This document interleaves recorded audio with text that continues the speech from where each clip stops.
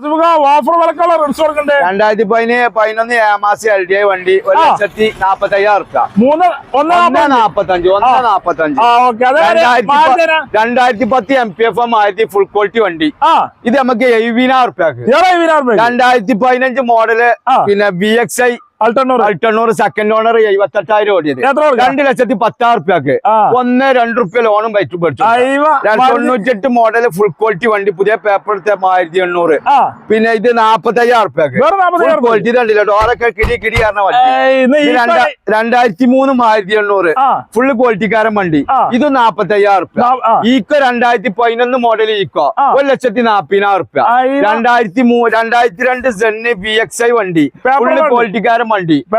Paper ഉള്ളത് 28 വരെ paper ഉള്ളത്. ഇത് നമുക്ക് 88,000. 2008 പുതിയ പേപ്പർ എടുത്തുകൊണ്ട് നമുക്ക് 1,800 AS വണ്ടി കൊടുക്കാം.